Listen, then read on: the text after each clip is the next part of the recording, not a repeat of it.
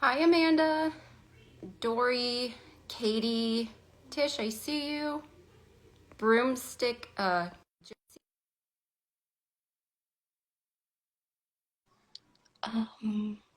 is it Diener's? Oh, I missed it. Diener's Doodles, I think is what it was. Chrissy, hi. Hi, how are Hello. you? Happy, good, good. Happy Yeah, Friday. happy I'm Friday. How are okay. you? I'm like it's the weekend. Good. Like last night, someone said something about, oh, tomorrow's Friday, it's the weekend, and I had to think about it. Doesn't feel like it. I know this week has been, yeah, it's been different for sure. I don't know if it's because of just the holidays and Yeah, everything. I don't know, but it's definitely I'm felt a little weird lately. different. So, yeah. Like, can you hear me? Yeah, it's going in and out just a little bit, but I can hear you. Okay, I think I'll have to move some stuff. But Yeah, I can hear you. Yeah, I can hear you just oh, fine. oh, Yeah. Amy, hi, Amy. Oh, hi, hi, Amy. Okay, well, what did you say? Hi, I'm everyone. sorry. I was just I was seeing saying if there hi, were everyone. any questions. Well, so for anyone that hasn't been on, we just do this at the same time, 3 p.m. Eastern Standard Time every Friday. And we're here for you. We just answer questions about ADHD, general mental health. It's We've had all kinds of conversations that have kind of gone off in all kinds of directions. So we're really just here for you to Yeah. answer any questions. Oh, Amy says, how are you doing? Tish, you. I am doing. I'm doing. Um, yeah, I'm doing okay. Yeah, Hanging in there. that's So about all hopefully, you. But I'm glad that you're taking care of yourself. I mean, or trying the best that you can. yeah, yeah. It's just one day at a time, and it's just kind of a situation where it's going to take a little bit of time to figure out. So, for those of you who are kind of wondering, what is she talking about? I was born with a congenital heart defect and have recently started having some issues. I was in the hospital a couple of weeks ago for a week, and I'm, still having to do some testing and stuff, but at least I'm not in the hospital. So I'm happy about that. Um, but, you know, just And I'm glad that gonna your take it work one day is at a time. being understanding and flexible because a lot of employers, I hear at least, they just don't care. Like some flat out don't care. And I'm just so glad to hear that with you because work can be exhausting in itself and feel like you have to push yourself too hard Mm, when you're not doing well, then that, yeah. They've been, that was it. I'm sorry to interrupt. Oh, no, I was just going to say they've been amazing. I'm very grateful and lucky to have such an amazing team. So, yeah. Well, But all right. um, what do you recommend for Any, my niece with ADHD? She is 10 years old. So it sounds like maybe there's already been a diagnosis of ADHD. So I don't know if she's on medication or not, but you don't have to be on medication. But if you want to go something that route, of course, speak with your healthcare provider. If you're like, hey, I really don't want to go the medication route, is there anything else I can do? See what your doctor says. But I really think one of the best things you can do is like have the kids move, go outside, get them outside. I know it's cold in some areas right now, but just to get them up and moving, I really think is one of the best things you can yeah. do. Yeah. And it also depends on what her presentation is with, what predominant, if she's inattentive, hyperactive, or combined. So depending on that too, there's different things that we all experience. So depending on what she experiences it could be different solutions, not really solutions, not a fix for ADHD. There's not a cure for ADHD, but maybe some different tools to put into the ADHD toolkit. Like I have one for myself. And so just depending on what she struggles with the most, honestly, would depend on what type of suggestions or recommendations that I would Absolutely. give. But No, now that you yeah. say that, because we're all so different. I know some that have really bad social anxiety, and I don't really experience that. That's not, so I have generalized anxiety, but I have the social anxiety. So that's not something that I deal with. So you're right. Everybody's different. And are there a few areas where she's struggling with, the most compared to other areas? Yeah. And we say, like, some of the basic things, make sure they're drinking enough water, um, trying to eat enough protein, especially for breakfast and a little bit throughout the day, because our ADHD brains want to reach for the simple carbs and the sugar. And I'm not demonizing that in any way. That we can often just binge on that and not have that balance of what our bodies really need. So go ahead. I'm going to see. Yeah, I was just going to say another thing that's important too is that, a lot of kids, and I don't like to make blanket statements, but a lot of kids and adults too, they mask all day long, and they experience sensory overload, and we experience burnout. And so I think it's important to not only maybe schedule time in for, physical activity, because that will help that internal and external hyperactivity, but also I think it's important to schedule time for downtime, just to have no noise and no, stimulation, and just let her brain just kind of rest, even if it's 10 minutes, throughout the day. I think that's so important to schedule time to rest, because you can really crash at the end of the day. And you know what? I wish not, that was so. something that was ingrained in me earlier in life. A lot of us, what do we say? I mean, I know you've said, like, I try to meditate and it seems like I just can't do it. And I feel like we were kind of taught that at a younger age. It would be a little bit easier. Yeah. So sometimes I tell my kids, like, if they're saying they're bored or they don't just want to sit there or whatever, I mean, just take like 10 minutes, 5 minutes. I don't care. Just be with yourself, be with your thoughts, listening to calming music, or even writing stuff down. Our 15-year-old is now starting to, he doesn't have ADHD, but he's starting to, write a little more. And I just think sometimes that time to yourself, it's really important. It's important, and it makes a big, big difference. It really does. And I know with kids' schedules, it can be difficult to find that even 5 minutes for them to have downtime, especially, they're going to school. They probably have they probably have other activities after school, basketball, baseball, whatever it may be. And so I know it's probably difficult to find that time, but it really is so important just to give them that time of just letting them be, and having them, use that time to do what they want to with it. If they want to draw, or if they just want to close it for a little while. So that goes for adults too.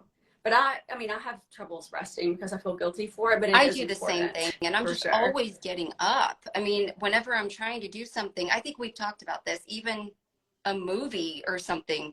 It's like I just keep getting up. I keep getting up, and I have to tell myself, okay, like this movie that I'm watching with my family, with my kids, I'm gonna have to just stay put.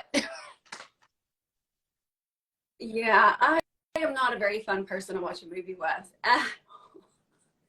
I am interrupting. I'm up and down. I mean, it will take hours and hours to watch a short movie, and I usually don't even finish it. So that's why I stick to I have like 3 or 4 movies that I'll watch over and over and over again, just because I know what's going to happen. I don't really have to pay attention. I can get up and down and scroll on my phone or text a friend back or whatever, and I'm not missing anything. But yeah, I'm not fun to watch a movie with. It's a nightmare, actually. Oh yeah, it's bad. Oh, that's funny. Hey, Howard. Howard's on here. Howard? There was a question about, I think there were 2 or 3 questions about medication, about suggestions or what we recommend. And we have a podcast called the Brain Health Journey Podcast. I can type it in here and pin it. We had a psychiatrist on that kind of specializes in ADHD, and this podcast was only about answering medications and the different types, and we learned a lot from him. Dr. Perry and Oh, um, God. it's really hard for us to, I mean, I don't think even a psychiatrist would make any recommendations as to like, oh, I recommend this one over that one, because everybody is so different. Everybody is so different. The best thing you can do is speak with your healthcare provider about your individual case or your child's. But we do have that podcast episode where you can listen to Dr. Perry. And I mean, I've learned so much from him, but I'm going to go ahead and put it in the podcast name and pin it now. He is amazing, and it's an hour long. It's maybe a little over an hour long podcast, but he really breaks down all the different types of medications that are available, the stimulant medications and the non-stimulant medications. And so, it really just depends. It's different for everyone what works for that individual person. I don't give medication advice at all, but yeah, it really is different. There's a lot of factors and variables and things that play into it too. Your medical history, what supplements do you take? What other medications do you take? There's a whole lot of things that play into that. So I would recommend you talking to your doctor if you are interested in taking medication, if you have an ADHD diagnosis, or, if you're having some side effects that are not feeling great. I would definitely take that to your doctor and let them know. That way they can try to figure out what to do. So, Oh yeah. it's a good question though.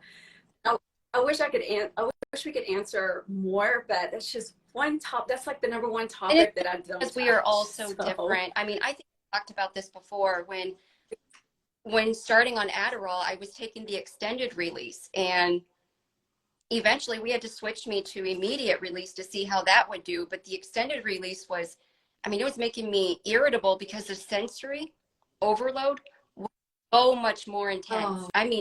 Extremely intense. It was just like this, the overload and getting irritable and anxious. The immediate release, it's the same medication, but it's bizarre. Isn't that But it something to me the way it does with the extended. I know. I take Vyvanse, and some people can't take Vyvanse. Yeah. I've been on medicine for so long. I've probably been on every one of them, and I'll say they're all so different, honestly. Yeah. And we are all different too. And we're all different. I wish Dr. Perry was my doctor also. That's what Amy. Oh man. He really is. I've said it maybe a half a dozen times. I wish he was my doctor. He's great. He really is great. Just compassionate and understanding and truly cares. So yeah. I will say that I love my doctor too. Love mine. But Dr. Perry's amazing. Yeah. There was a question here. I thought I don't know how much we could really say, but I think it would be good to address it. Question, ADHD, my son died by suicide. ADHD is a risk, as in like question mark, is ADHD is a risk? So first of all, there is nothing that I can say that would, I really can't possibly imagine what you're going through. Losing a child in itself, I can't even imagine, but in my mind, I think, I don't know, like a whole other thing. Yeah. Now, I'm not sure what exactly the question is. So like, did your son have ADHD? And you're saying like, is suicide, like, do we have a higher risk of that? The answer is yes. Studies show that we are at an increased risk of of suicide. Did we talk about, we did do a podcast on that. Was it a few months ago? It was a while ago, and we briefly, I think we were in general talking about different statistics and things like those who are houseless and have ADHD, those who are in prison and have ADHD. I think we barely touched on that topic. But I also want to say I'm so sorry. I cannot imagine what you're going through. That's just, I just, I'm sorry. there was something that I could, Yeah. that I could say that would, I really can't imagine. Yeah. But if the question is, you know, could he have ADHD because, you know, of it being a risk? Yes, it does put us at an increased risk, and there's all kinds of factors to consider. I think one factor to consider is the impulsivity, and that can take a split second, because sometimes people, you know, it just takes a second to like stop and like, you know, maybe change the or think things through. And you know, with ADHD, I mean, it just takes that split second, and it just, I don't know. I think her name was Doreen. Oh, okay, she's still on here. Okay, so he did have ADHD. Okay. So yes, that does put us at an increased risk of suicide. So again, I'm just so sorry. Yeah, I'm so sorry. My heart goes out to you. I'm sending you all the love, and I know that doesn't help, but honestly, my heart goes out to you and your family. Yes, I'm gonna just take a screenshot just so I can yeah, know who the person is and follow them back or something, and maybe we can send some resources or links to well. Sure. Yeah, definitely. There's a lot of research on that specific topic, and you know, it's a lot. It really is. Karan, did you purchase badges? Because I see the little hearts next to your name, but I didn't see. Sometimes I miss it, and I like the comments go by so fast. So if you did, thank you. And if you didn't, please don't like think, okay, now I need to go purchase badges for them. Don't, yeah, please don't do that. Thank you. If you, yeah, all right, yep, I just scrolled up. Yep, he did. Thank you very much. I appreciate it. Thank you so much. Really, really is. So nice. Oh. My condolences. So thank you. Is it code _0? Thank you. Doreen, I don't know if you saw that, but someone here was saying my condolences. His marriage ended with 2 kids. Oh my gosh. So there's kids. I'm so sorry. We'll definitely send you some information if you want it. You know, we don't want to push anything on you, but if you would like us to send some information to you, we'd be more than happy to put something together and send it to you. You could always send us a message and say like, hey, I would love more information or links or resources. Maybe even something to pass on to his kids eventually or spouse. You know, let us know. Like Tish said, we don't want to like push a bunch of stuff on you, but if you want it, we would be happy to send it over. Yeah. Trying to look. My 4.5-year-old is being monitored for ADHD. We are having sleep issues. Won't sleep through the night. Any suggestions? This is so hard. I mean, I think with a lot of kids in general, but I don't know, when it comes to ADHD, I mean, a lot of us are night owls, and there's a lot of reasons for that, even releasing that melatonin later in the night for a lot of us. You know, what do you do? Yeah. You know, it really just depends on the person. And I mean, I don't know. I have 2 boys, and they're grown adults, but it really just depends on the child of how to, you know, get them to go to sleep and have them stay asleep. I mean, that's the thing. And I struggle with that myself, even at my age as, you know, being an adult. It's so tough. And I will say, I think my biggest thing, and everyone is different, but my biggest thing with falling asleep is that I cannot get my brain to shut off. It will go. And it seems like when I'm going to sleep, that's when my creativity is at its best. It's like I have all of these thoughts and these creative things that I want to do, and it just doesn't stop. So I honestly, and some people, you know, they don't want to do this, but it does work for me, is if I just get off of Yeah.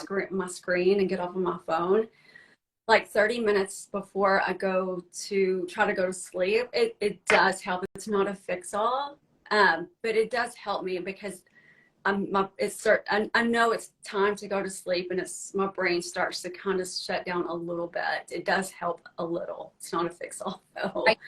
Oh, go ahead. Sorry. Yeah, Go ahead. but I was just gonna say, you know, trying to create a routine that is kind of fun, especially for kids, a bedtime routine that might be fun for them. Like get her. I know she's little and 4.5, I think, I think right? so. 4.5 years old. Um, but have like, get her inputs on a bedtime routine and kind of get into a routine of, okay, it's time for, you know, bed, and see how that works. You know, cool room, dark I room. love that. I love that you're saying to So get yeah, her input. You like get the child's yeah, input on the routine. I do think routine and kind of doing things in a specific order too can kind of, it'll signal to the brain, all right, you know, it's, this is what I do right before bed. So now it's kind of time to settle down. And, um, you know, reading, I think like reading, you know, 4.5, I know the child is 4.5, but even if you know, we are reading with them for, I don't know, 20 minutes or so, see if they do want to listen to, you know, calming music. Maybe you can say, hey, let's take like 5 minutes to, you know, like you could call it meditation, call it whatever you want, but let's just lay here. Let's do it for 5 minutes. And if they can't do it past yeah, like 3 minutes or something, then just put it at 3 minutes. You know, hey, we're just going to take a few minutes now to, we're just going to lay here, and we're not going to talk. We're just going to listen. We're yeah. going to just be present, be with our thoughts. We're going to kind of settle down a bit. Um, Screen time, like you said, I think, you know, for kids, I don't know. Half hour, an hour, maybe before bed. Um,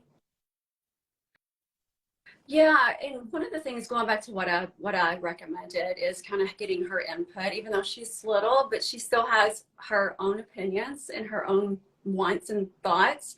I know just from experience with my now 26-year-old and 23-year-old as they were growing up, the more I forced them or try to push them to do something, you better bet they were not going to do it. So I learned the hard way that if I wanted them to do something, I would include them in the process of whatever it was that I'm trying to do. If it's, you know, trying something, a new food, or trying, you know, for them to go to bed, getting their, you know, getting their thoughts, even though they're little thoughts, getting their thoughts on, you know, what they want. So it wasn't such a like knockdown, drag out fight. Oh, oh If my I gosh, I included hear them. you on that. So And just, you know, you're mentioning like the thoughts. I mean, they want to tell you everything when it's time to bed.